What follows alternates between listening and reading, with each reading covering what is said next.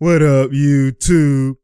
It's your boy Banks, and we back in the building, you feel me? It's True Talks, cause True Talks, alright? Let's get straight right into it. So you already know, man, obviously the other night was an important game, obviously game 2, right? No Scotty, but Gary Trent tried to play a little bit, only played 10 minutes. He's dealing with a non-COVID illness, and that obviously affected him and changed, the dynamic of the Raptors half court, most definitely. And Thaddeus Young came back and played, but he only played 8 minutes. But regardless, the main one is Scotty. He's going to be injured. He's in a boot, and he's probably, if he is to come back, it'll probably be if the Raptors were to somehow, make it to like a game 5-6 case scenario, right? So, it's tough. I know a lot of people are looking at it that it's not looking great for the Raptors. A lot of people are looking at it that, what's going on, or, obviously a lot of us, not most of us, but a lot of us had Raptors in 6. You know what I'm saying? Now people are saying all of a sudden, that the Sixers could sweep and this, that, and the third. And, let me just dive into, can the Raptors turn this around? We've seen the Raptors before. Granted, yes, it was with Kawhi, which is a whole new case, a whole new scenario, right? Where they're down 0-2 and they can win 4 straight and win in 6. That happened versus the Milwaukee Bucks in 2019 finals, right? But again, that's a different context because the Raptors had a half-court creator in Kawhi, which enabled everybody to just, kind of eat on the back end because the game plan is to be focused on Kawhi in terms of the opponent defenses, right? Their schemes and everything, focus on Kawhi. So now everybody else eat, and they're not like one-on-one eat. And even if they are, it's like mans are focusing on Kawhi, so they're not really paying attention to forcing people to their specific weaker tendencies, right?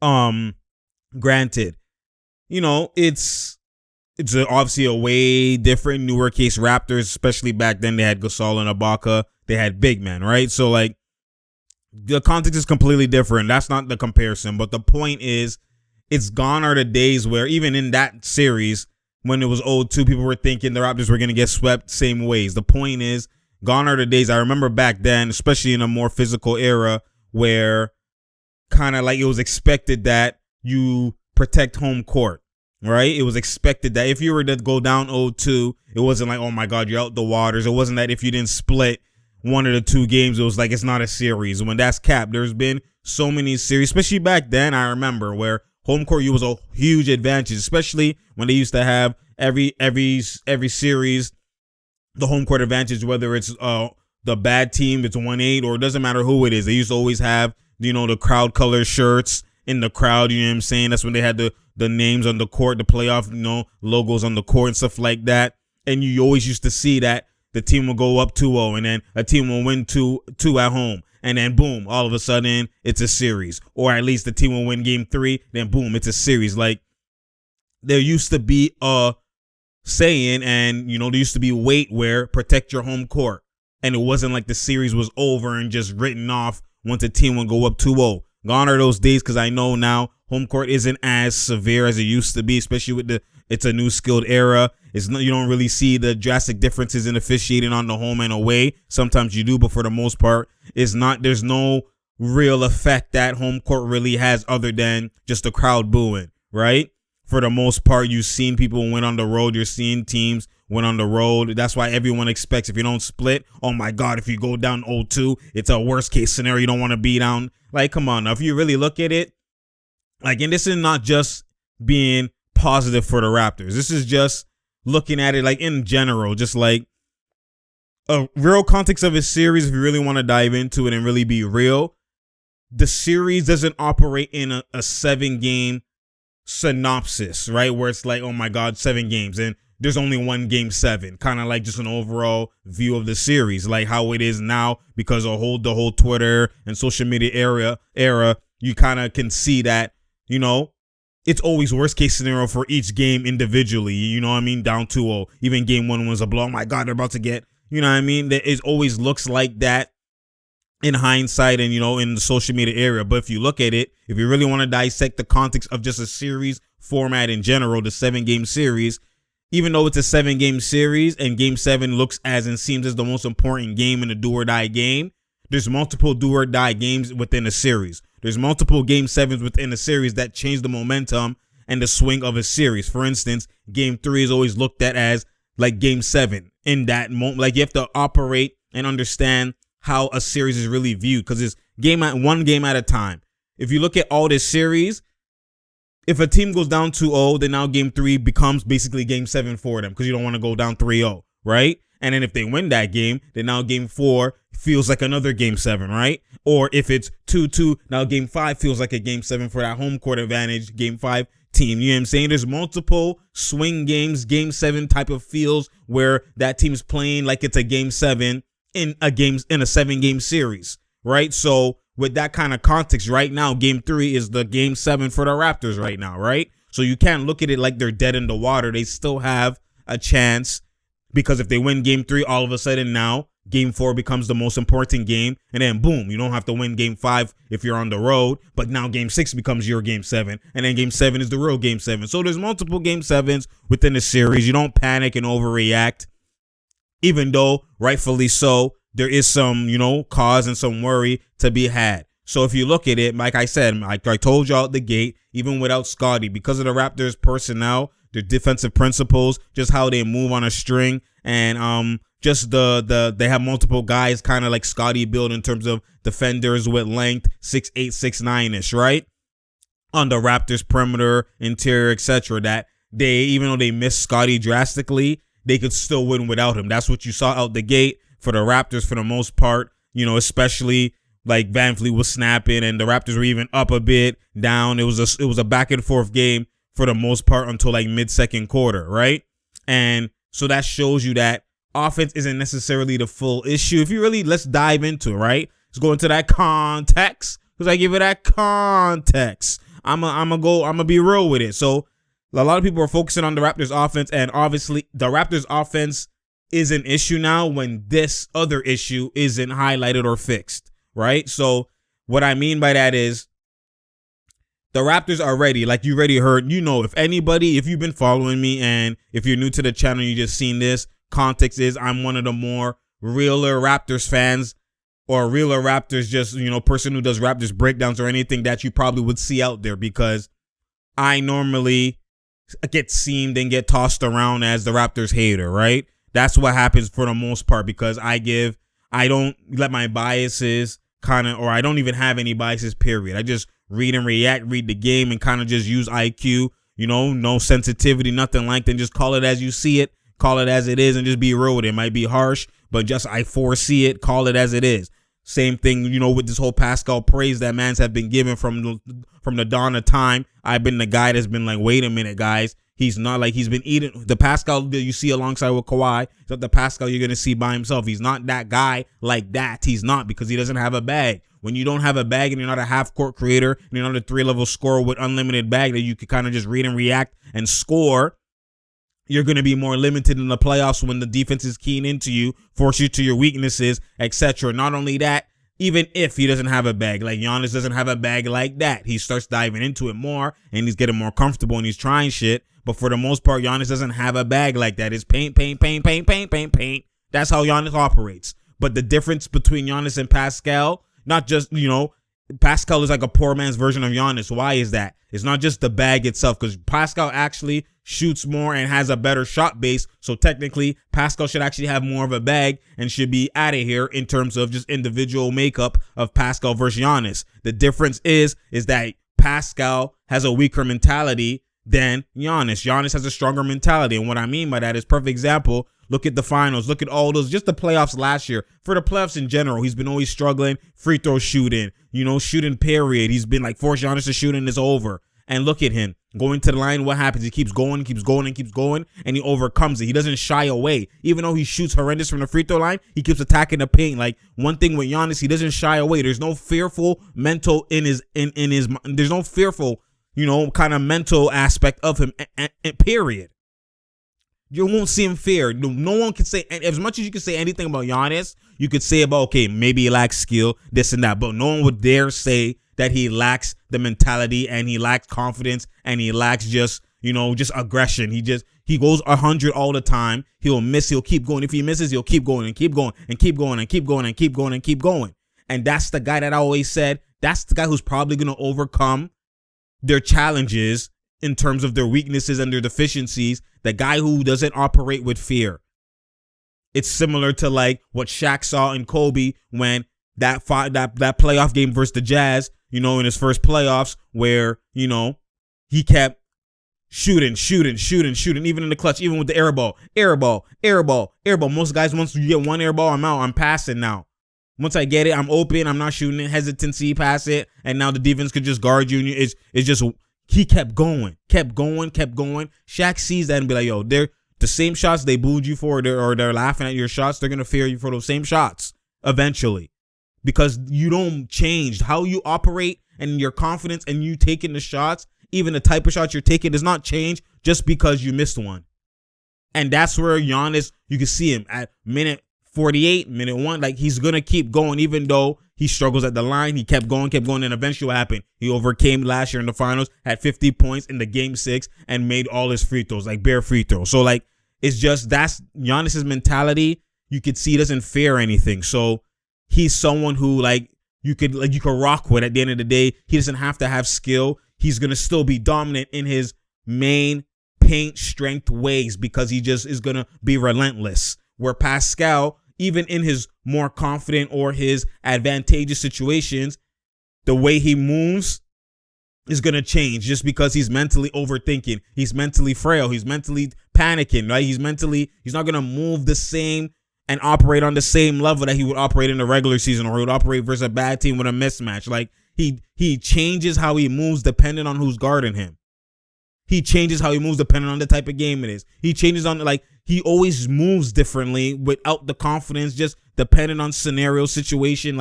So someone who's like that is someone who more so is in the playoffs is always going to be the shell of himself, or a weaker version of what they actually could be. They're not going to reach their higher potential in playoff play. And that's what been my knock against Pascal, always has been. And I understand that. And that's why I never picked the Raptors, because they have an elite half-court creator that's going to get buckets like that. Don't matter what happens, they going to score. When you have an elite half-court creator, you could have situations, moments, stretches of bad defense, moments where they're shooting high efficiency, but you have a guy who's going to create offense elite and be elite, so he's going to match that. So it's not going to, so now when they go on droughts, now you're going to create pressure on them. They're trying to slap you. They're trying to go to work. But now you're on the offensive end. You're snapping. You're putting in work with the Kawhi. Then now you match for match. So now the pressure rises. And now third quarter, fourth quarter. Now it's a tight game because you're both killing. Both of y'all, both teams are killing because half court, elite. Man just scoring. Now you see the palms sweaty. And now you get defensive stops. That's what happens a lot of times in the playoffs. When you have a creator, you could overcome the runs that they go on, or the certain bad possessions that, they have, or you could take advantage, or even if they're eating, you eat as well too. So it's like you match. The Raptors, I never talked about the Raptors in that retrospect just from, them having an elite half-court offense. That's why they're going to win this series. No. The reason why I picked the Raptors wasn't necessarily that the Raptors are hella elite at half court and elite in that scenario. It was because the Raptors have elite defense, and I felt like they will neutralize, maybe slow down Embiid to a certain degree. But even if they don't, it's getting twos. That's not enough for you to lose, period. It was forcing Harden to score, and in that, when you lock up on that end, you're going to get more in transition. Your half-court play that you do decent at, you'll score sometimes. But for the most part, you're going to pad them and put them in their worst-case scenario, show that their play style clashes, they have deficiencies, and you score through that. It's more so forcing the Sixers to expose themselves, and you'll win through that. It's not necessarily that the Raptors are just hella elite half-court and they're just killing. They're going to win guaranteed.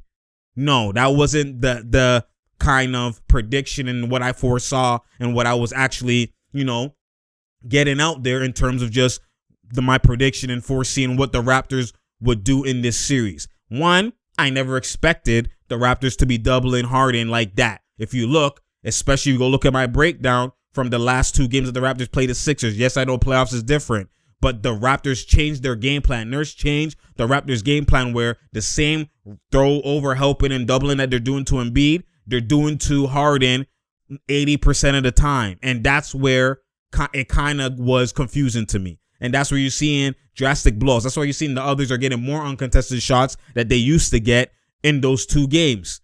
And I thought the Raptors were going to apply the same blueprint, the same principle, which was throw random doubles at Embiid. We understand that. I'm not even too mad at that. But for the most part, Harden's going to be one-on-one. Why? Because the Raptors have that personnel, which is what I was saying, where they have linked defenders. Even if Van Fleet's on him, he switches. Now OG's on him. Even when Scottie was healthy, Scottie's on him. Switch OG. Switch Precious. Switch, whoever, Thad Young. Switch, Boucher. It don't matter whoever is on him because the Raptors, they're one-on-one. They have good enough one-on-one defenders to pad Harden and force him to a contested step back 3, or when he's driving into the paint, they're on his hip or they're on him because he's grounded, that now they'll block the shot or contest it, and it'll be Fugazi.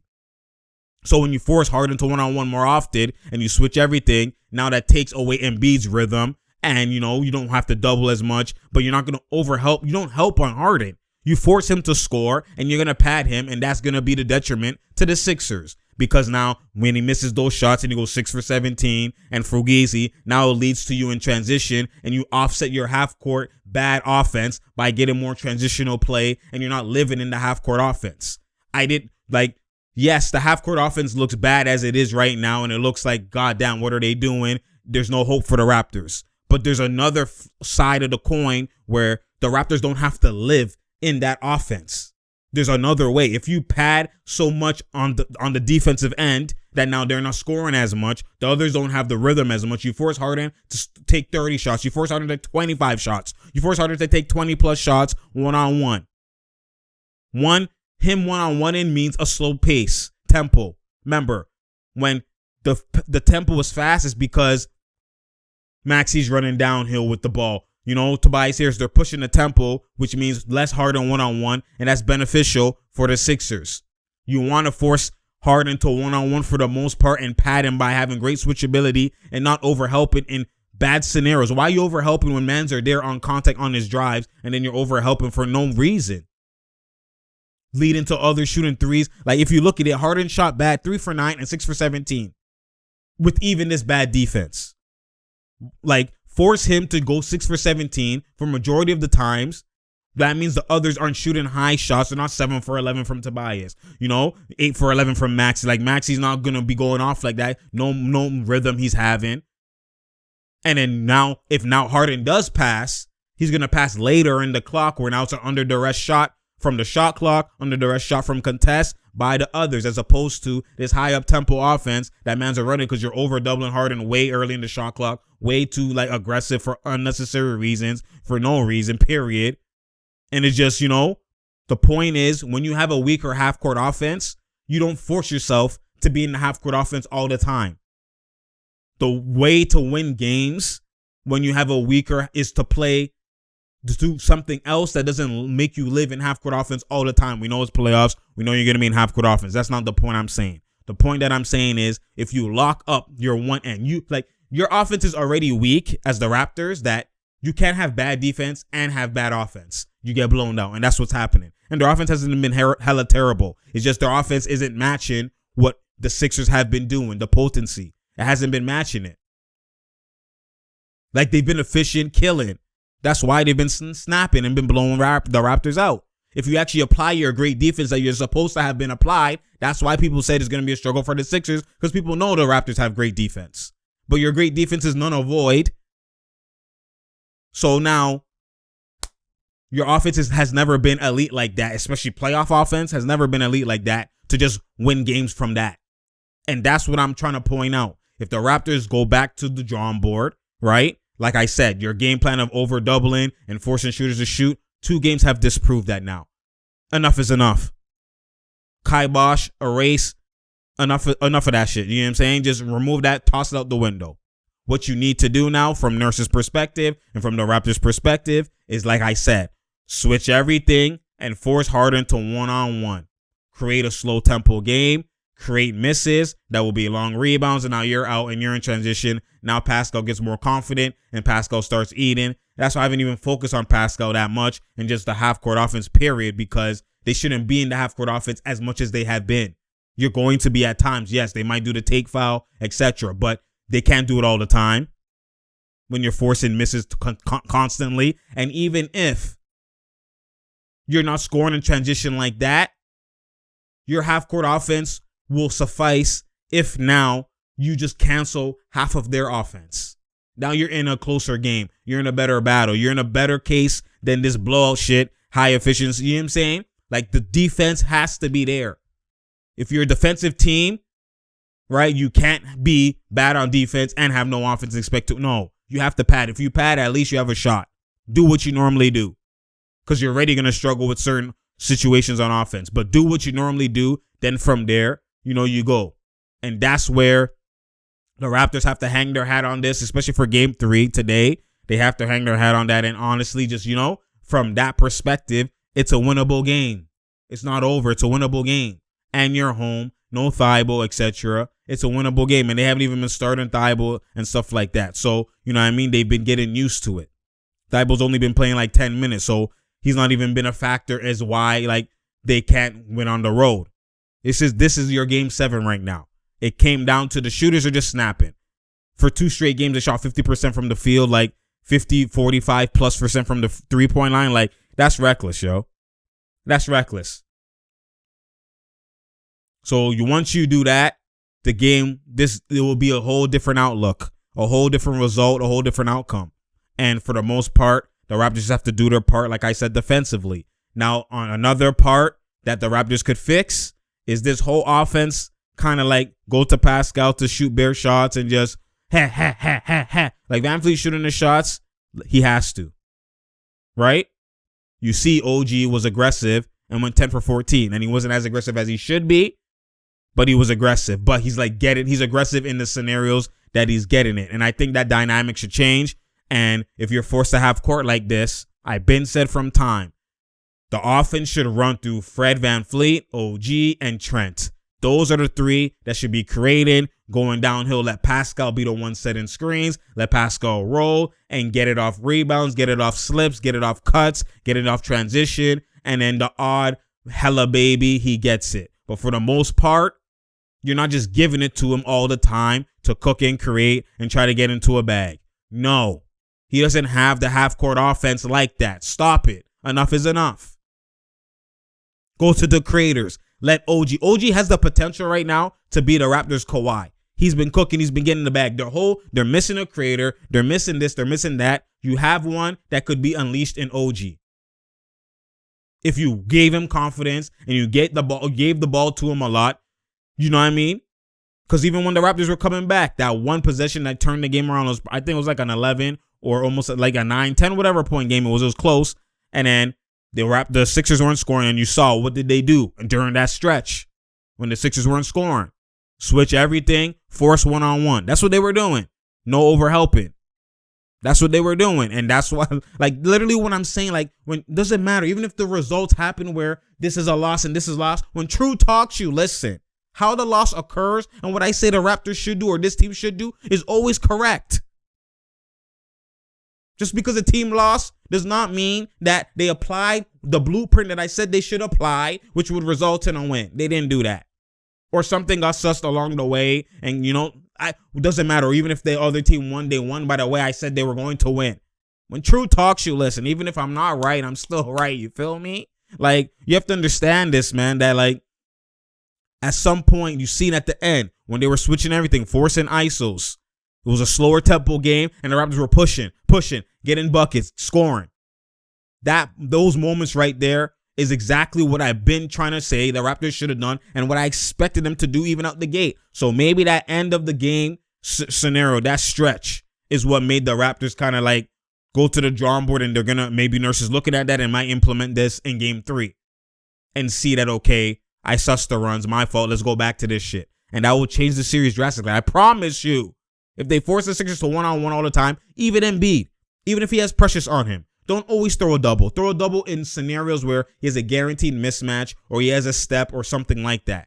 But force him to do these face-up shots or whatever. If he goes 18 for 19 on face-up shots and you're not fouling him, maybe when he breaks chest and he goes to the paint, then you double randomly and stuff like that and pre-rotate, stuff like that and try to do that. But for the most part, you will not just lose the game when you make it Embiid go through this kind of just unconventional defense.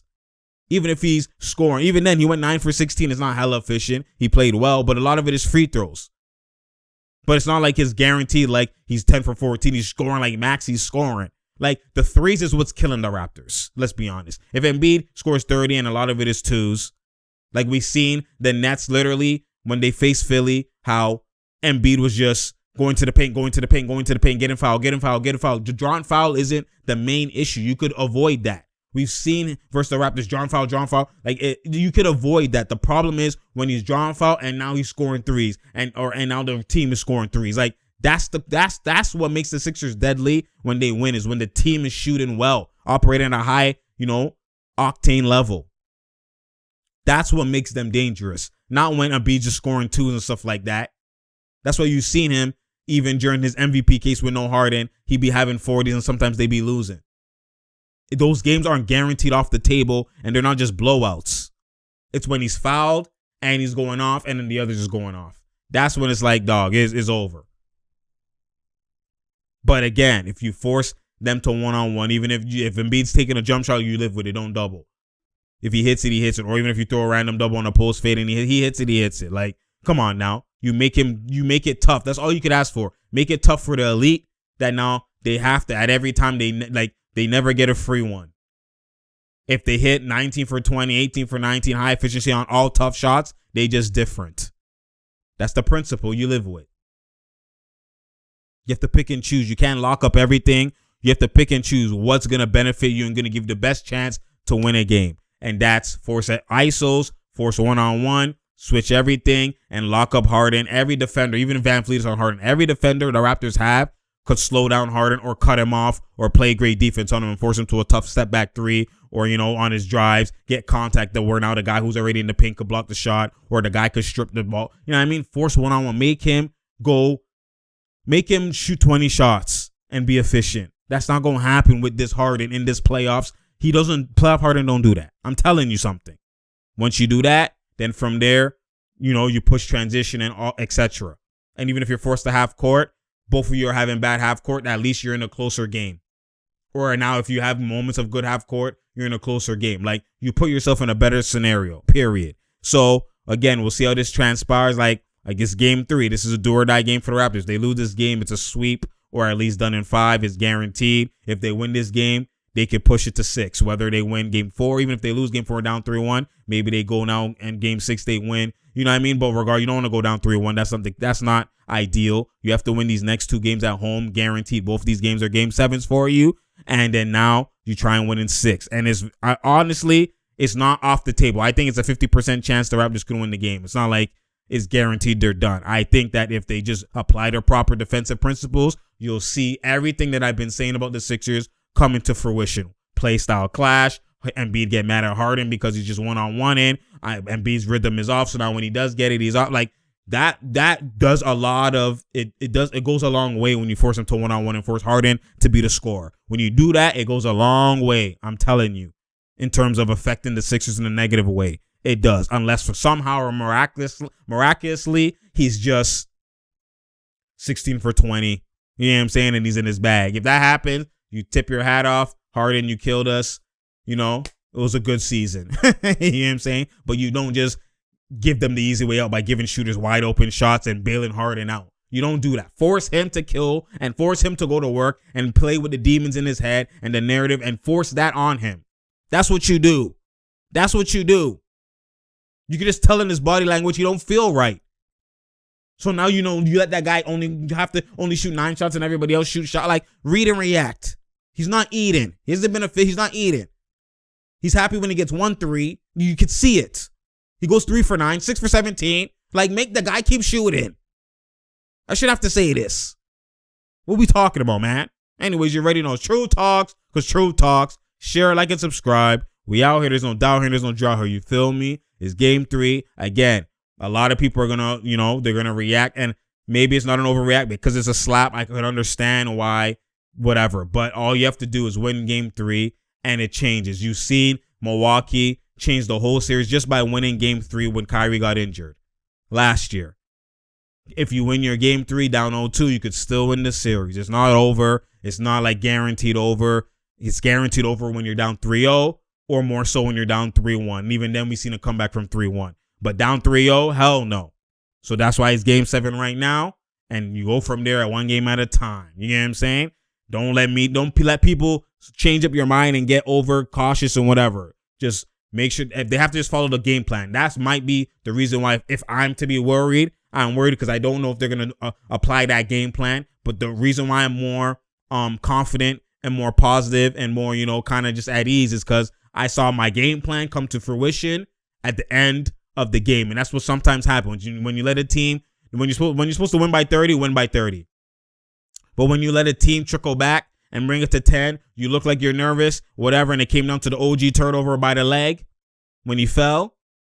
It came down to that turnover because you never know how the game could have transpired if they kept scoring and, come on now. But when you let a team, get comfortable and come back and then see some things, okay, we could do this, we could do it changes everything. And that's the reason why I have more faith and more hope going into game 3 as opposed to, God damn, it's over. Because you just got blown out and there was you didn't even see anything transpire positively. Then it's like, God damn. We have to come out the gate hard for game 3, but damn. You know what I'm saying? There's kind of you have to just guess and have hope just from the inside out in terms of the team. But when you actually see things come to fruition in your comeback, it's the same thing when Steph Curry that one time in his first finals when he was struggling. All of a sudden, what was it, after game 3 when they had a lineup and they came back and Steph Curry was snapping, they were giving it to him. He was coming off triple screens and whatever. Then what happened game 4? You don't let these guys get a rhythm and see some type of end of the tunnel. You don't let that happen. It always does better for the team that came back, even though they lost. So, we'll see how that transpires. We'll see if that is what is going to transpire. We'll see. You already know. Like I said, it's true talks because true talks. You already know. I appreciate y'all. It's what elite looks like. Don't put your head down. You know what I'm saying? Game 3. This comes down to game 3. And they're home. It comes down to game 3. That's what it comes down to. So we'll see. You already know. And I'm out, man.